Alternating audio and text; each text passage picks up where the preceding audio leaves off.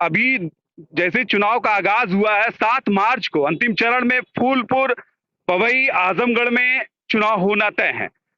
अभी लोग कन्वेंसिंग कर रहे हैं, हम भी इत्तेफाक से हमारी मुलाकात भाजपा और समाजवादी और भागीदारी पार्टी के तमाम से कार्यकर्ताओं से हो गई। उनसे राब्ता हुआ तो हमने सोचा कि ये चुनाव के इस मौके पर क्यों ना इनसे कुछ सवाल जवाब कर लिया जाए। ये पहुंचे हैं हमारे साथ शिवमूरत राजभर जी, जो भारतीय समाज पार्टी के जिला महासचिव हैं।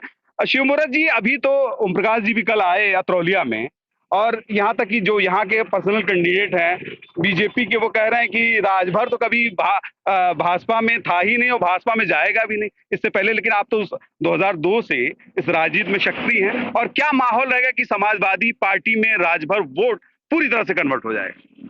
समाजवादी पार्टी और सुभाषपा एक प्लेटफार्म पर खड़ी होकर के किसी भी परिस्थिति में ये चुनाव निकालेगी, फूलपुर पवई विधानसभा क्षेत्र की, इसमें कोई शक नहीं है।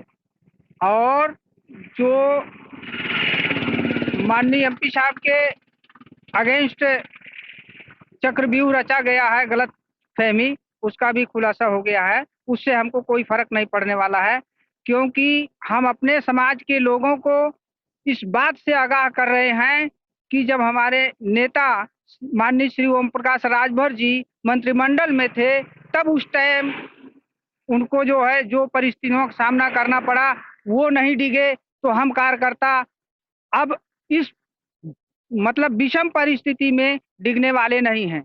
रहा मसला ये कि भारतीय समाज पार्टी का वोट जो है वो ओम प्रकाश राजभर के नाम पर पड़ेगा, ना कि किसी अन्य राजभर के नाम पर पड़ेगा।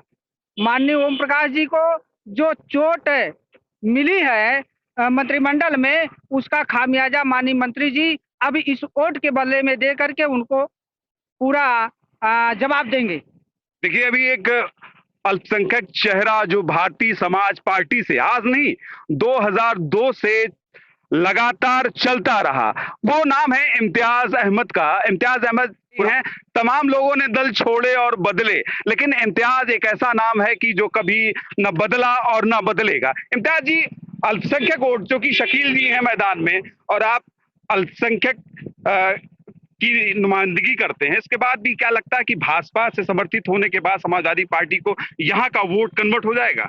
देखिए, अल्पसंख्यक बदलाव चाहता है, और बदलाव की स्थिति में ये गठबंधन ही है कि जो इस पार्टी को वर्तमान की सरकार को हटा सकता है। इसलिए अल्पसंख्यक जो है वो समाजवादी पार्टी और सहदेव भारतीय समाज पार्टी के गठबंधन के साथ जाएगा।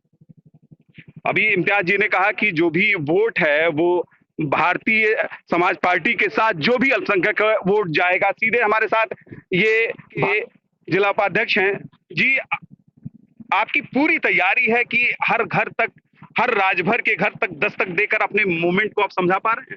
सर, हम लोग चुनाव में ही नहीं, चुनाव से पहले और चुनाव के बाद भी हमारा जो सुहेलदेव भारतीय समाज पार्टी का संगठन है, ये हमेशा चलता है।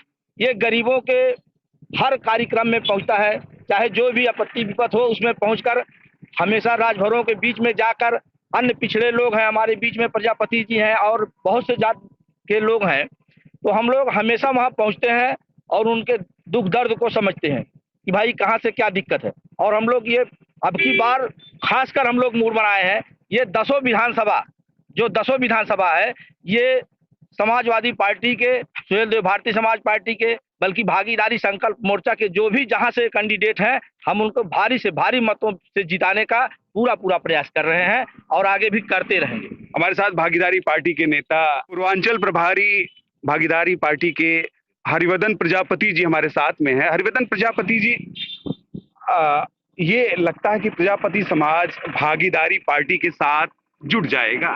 भैया, हम लोग जब से संगठन बनाए, जी, भागीदारी पार्टी बनाने से पहले हमारा भागीदारी आंदोलन मंच चलता था जी। पूरे उत्तर प्रदेश के 75 जिलों में हम लोगों का संगठन है जी। और जब से हम लोगों का भागीदारी संकल्प मोर्चा बाबूजी आदरणीय ओम प्रकाश राजभर बनाए, और जब हल्दरपुर के मैदान में माननीय प्रेमचंद प्रजापति जो राष्ट्रीय अध्यक्ष भागीदारी पार्टी के हैं, राम सागर बिंद जी और बाबूजी ओम प्रकाश राजभर जी, जो समाजवादी पार्टी से हम लोगों का गठबंधन हुआ है, हम लोगों ने उसी दिन तय कर लिया कि भारतीय झूठ पार्टी को उत्तर प्रदेश से भगाना है और बाबा को मठ में पहुंचाना है।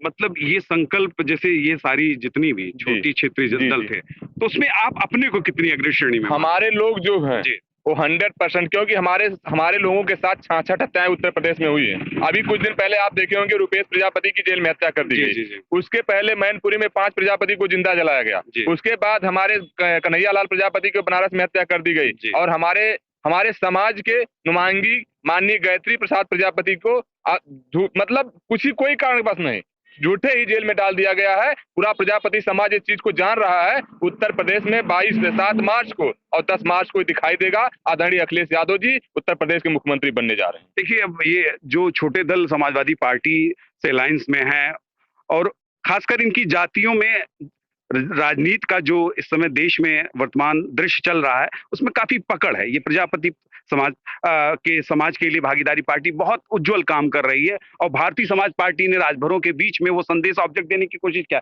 या समाजवादी पार्टी के भी कार्यकर्ता हैं क्या भाई, अगर लगता है कि समाजवादी पार्टी जैसे इन लोगों को आपने अपने साथ लिया है, तो ये सारी जैसे ओबीसी वोट कट कर समाजवादी पार्टी के खेमे में ही रहेंगे? सभी लोग समाजवादी का सरकार बनाना चाहते हैं जी, और सभी लोग मिलकर समाजवादी सरकार बनाएंगे। माननीय एमपी साहब को हम लोग पूर्व विधानसभा से विधायक बनाएंगे। आप अगर जो धर्मदेव यादव जी पूर्व डीएवी कॉलेज छात्र नेता। जी धर्मदेव जी, अब ये लगता है कि ये लड़ाई जैसे अभी तक ये जो जितने चरण हुए हैं बहुत जगह टक्कर की लड़ाई लगी है और कहीं एग्जिट पोल उनको कह रहा, कहीं एग्जिट पोल समाजवादी पार्टी के पक्ष में बोल रहा।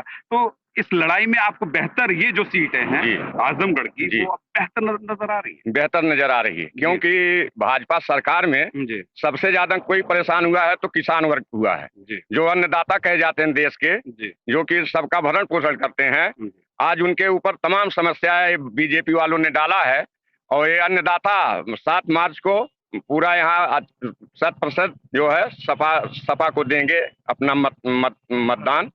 और उसके बाद 10 को समझ लीजिए अखिलेश जी मुख्यमंत्री बनने जा रहे हैं, कोई रोक नहीं सकता।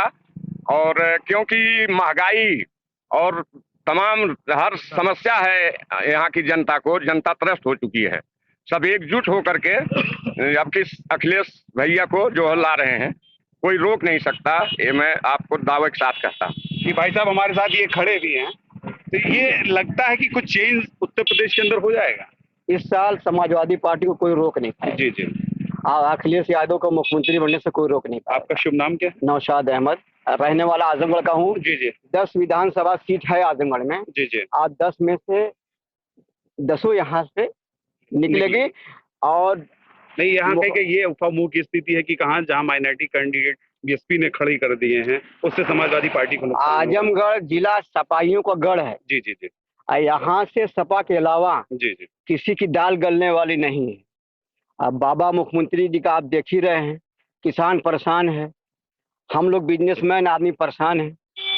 लॉकडाउन खा गया हम लोगों को, हम लोग का बिजनेस जीरो हो गया।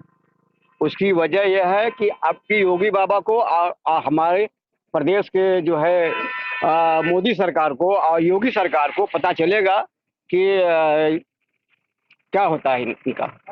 देखिए, पत्ता साफ हो जाएगा, इनका पत्ता कट जाएगा। मैं लगता है कि किसी पार्टी से ताल्लुक रखते हैं आप? हम समाजवादी पार्टी के नेता हैं। जी। और समाजवादी पार्टी हमारा जो है आज से नहीं, जब से ये सरकार आई है तब से हम आजमगढ़ में दुर्गा प्रसाद यादव जी के साथ हैं। देखिए, एकदम जो आजमगढ़ की राजनीति चिन्हित है कि समाजवादी पार्टी की, हालांकि इस विधानसभा से नहीं है लेकिन आजमगढ़ सदर से ताल्लुक रखते हैं, लेकिन इनका कहना है कि इस बार जो भी अल्पसंख्यक वोट है वो समाजवादी पार्टी के साथ जाएगा। पार्टी जो लिया था जी संकल्प जीतने से पहले जी उन्होंने प्रत्येक मतलब भारत के नागरिक को छला है, इसलिए कि गरीबों के लिए उन्होंने ये कहा कि गरीब हमको हमारी सरकार बनाओ, हम विदेश से काला धन ला करके आपके अकाउंट में 15-15 लाख रुपए डालेंगे। आज तक वह काम नहीं हुआ। भारतीय जनता पार्टी के काल में कोरोना आया, कोरोना में कितने दिल्ली, बंबई, कलकत्ता से बेचारे आए, पैदल आए, साइकिल से आए, बसों में भूसों की तरह से भर करके आए, ट्रकों में बस भर के आए, कितने रास्ते में मर गए, उसका कोई ट्रीटमेंट नहीं किया भारतीय जनता पार्टी। भारतीय जनता पार्टी का जो सिस्टम है वह सिस्टम गरीबों को और गरीब और अमीरों को और अमीर बनाने का है, इसलिए भारतीय जनता पार्टी को उत्तर प्रदेश की जनता नकार रही है। देखिए, एक ऑब्जेक्ट आपके सामने मैं सीधा सा प्रस्तुत कर दूंगा।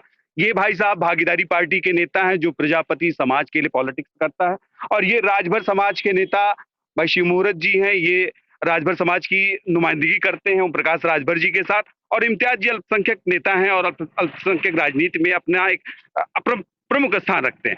अब ये लगता है कि लोग कहते हैं कि ओबीसी वोट बीजेपी के साथ चिपका है, लेकिन अगर यहाँ का असल चेहरा देख लेंगे तो ओबीसी वोट बीजेपी से छिटक चुका है। ये असली रणनीति है। अब ये तो 10 मार्च को ही पता लगेगा कि आखिर मतदाता किस मुद्दे पर ध्यान देकर वोट देता है, लेकिन जातीय समीकरण में बीजेपी पूरी तरह से उलझ चुकी है। ये यहाँ का मामला है। देखिए, बेरोजगारी का मुद्दा उत्तर प्रदेश में खासी एक लोगों में, नौजवानों में उम्मीद थी, लेकिन बेरोजगारी का मुद्दा इस गवर्नमेंट के दौरान भी रहा और काफी जगह उथल पुथल के मामला। क्या बीजेपी सरकार ने बेरोजगारी के मुद्दे को सही कर पाए कि बीजेपी? सर, बीजेपी एकदम फेल है। 1% भी बेरोजगार नहीं दिया है। यहाँ तक कि संविदा कर्मियों का जो पैसा अखिलेश जी बढ़ाए थे 1470 रुपए, उसको काट करके 7000 कर दिए। आज अन्वेषक जो है एकदम सड़क पे है, ना अपना परिवार जिला पा रहा है, ना खर्चा कर पा रहा है। उसके माँ बाप अगर बीमार हो जा रहे हैं तो मतलब दवा के लिए तरस जा रहा है। अगर उसके लड़के कुछ खाने पीने के मांगते हैं तो भी नहीं दे पा रहा है। यहाँ के आपका शुभ नाम क्या है? हमारा शुभ नाम जयप्रकाश यादव। जी जी। और बेरोजगारी सर इतना है, ये बाबा जी तो केवल डर गए, शिक्षा मित्र अन्वेषकों से डर गए कि जो है ये बूथ स्तर पर काम करेंगे। जो छात्रों के आंदोलन इलाहाबाद में और जगहों पर हुए, तो ये कुछ बेचारगी तो रही होगी छात्रों में, नाराज है लोग। छात्र पूर्ण रूप से नाराज है इस सरकार में। अगर जो रोजगार मांगने जाएगा तो आप इलाहाबाद की स्थिति देख चुके हैं। इलाहाबाद, हमारे घर के बगल का एक लड़का रहता है, उसकी आप स्थिति सुनेंगे तो आपकी आंखों से आंसू आ जाएंगे। उन लोगों के छोटा बघाड़ा एक जगह इलाहाबाद में जहाँ बच्चे रहते हैं, जो मिडिल कास्ट के बच्चे जाके वहाँ पर रहते हैं, उन आप लोग जानते होंगे जो बच्चे वहाँ पे पढ़ते हैं, वहाँ लोगों की स्थिति बनाई गई। जो 5 किलो 4 किलो चावल रखे थे, उनके चावल में पानी डाल दिया गया, उनके आटे में पानी डाल दिया गया। उसके बाद जो नोट बना के रखे थे, 2 साल की नोट बना के रखे थे, उस नोट पे उनको डीजे जो तेल होता है सरसों का, वो तेल डाल दिया गया। उसके बाद उनके दरवाजों को लाते धूपों से इतना तोड़ा गया था जैसे कोई आतंकवादी घुसा हुआ है। आप उस वीडियो को सारे लोग देखे होंगे। मैं जो अपना बात बताने लगा, भाई साहब मेरे आंखों से आंसू आने लगे। कहा भैया मैं रात तक हम लोग बैठ कर पढ़ते हैं 2-2 बजे रात तक, उसके बाद कभी खाना खाते नहीं है, कभी खाते हैं। उसके बाद हमारे नोट्स को खराब कर दिया गया। अब बताइए हम लोग कहाँ जाएंगे, कैसे हमारा नोट्स फिर तैयार होगा? वो नोट्स फिर देखने लायक नहीं रहा।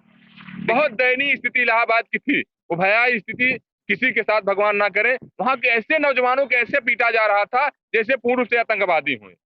यही जान लिए भारतीय जनता पार्टी का असला चेहरा है, असली चेहरा यही है। देखिए, एकदम एक दर्द भाई साहब भागीदारी पार्टी के नेताजी का निकला कि असल में जिस तरह से छात्रों को बुरी तरीके से इलाहाबाद में पीटा गया, उस पर भी सवाल उठना लाजमी था। लेकिन अब चुनाव का इन वक्त है, सवाल तो उठेंगे, लेकिन इस आंदोलन, जो छात्रों का आंदोलन है, कोई ना कोई तो नई दिशा देगा ही। ये भागीदारी पार्टी के नेता ने इस सवाल को उठाया है।